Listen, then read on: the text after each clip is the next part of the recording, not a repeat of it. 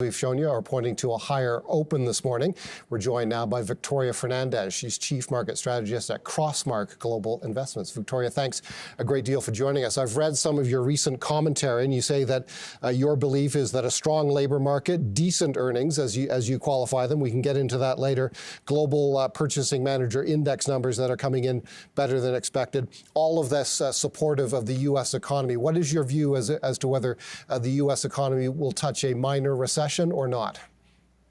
No, Paul, I think we will see a minor recession. And the elements that you just laid out, these are reasons, along with the strength of the consumer, that I think it won't be a more negative recession like we would typically see throughout history. That's why I think it's going to be a little bit more mild, because you do have some strength there. And it's not just in the U.S. I mean, we got good numbers out of China. We got decent numbers out of the Eurozone this week. And so there are elements that are supporting the economy. But at the same time, it's some of these same elements that are showing strength that I think central banks are looking at and saying, wait a minute, this is not what we want to see. This is not helping bring inflation down. This is not helping damp demand. So they're going to continue to hike rates. And you were just talking about the Bank of Canada. We've got the Fed meeting later this month. You've got the ECB meeting. There's a lot of rate hikes that I think are coming our way, and they just haven't worked their way through the economy yet. When that happens is when we're going to see a recession hit. What about corporate earnings, which you again referred to as decent? I'm going to be speaking with the chief executive officer of a big auto parts maker within the hour, and that company says the macro environment has improved, but there are still big challenges out there in the form of inflation and a tight labor market. What's your read on the earnings we've got from big U.S. corporations and their guidance?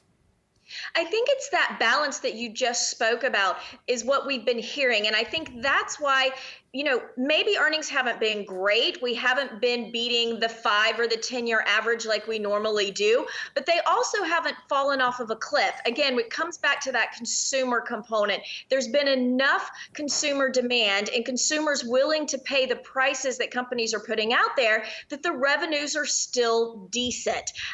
I think we're going to see expectations continue to come down on earnings for upcoming quarters because we are seeing unit labor costs move higher. We got a report yesterday up over 3% quarter over quarter in the U.S. We see wages continuing to move higher. We have this really strong labor market. So the power is more with the worker than with the company. So there are elements that I think are going to continue to weigh on margins and on earnings.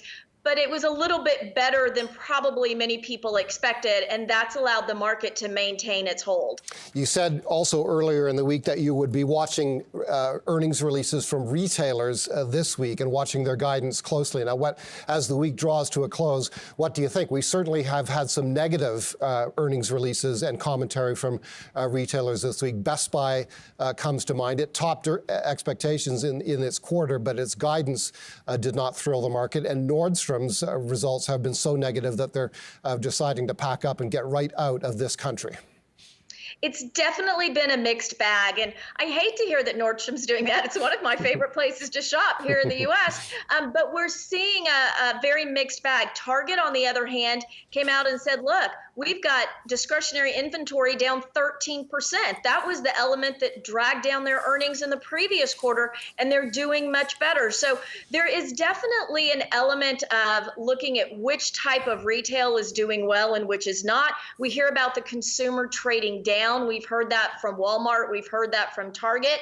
And so I think we're going to continue to see some of that. The guidance is the most questionable thing, and that's where we're hearing a little bit of concern coming. We also heard it out of Germany for the automakers there when they were talking about demand overnight, saying, look, consumer demand is coming down. So again, a mixed bag. I think that just means continued volatility in this market, which means you have to have a balanced portfolio with some cyclical exposure and then some defensive names as well to kind of ride through the volatility. So let's finish then with your advice to investors. You say that there's no need to make big bets in this market just yet. I think a lot of long-term investors, obviously, when they see markets off their highs, are wondering, should I be putting money to work in the market right now? What's your advice to investors?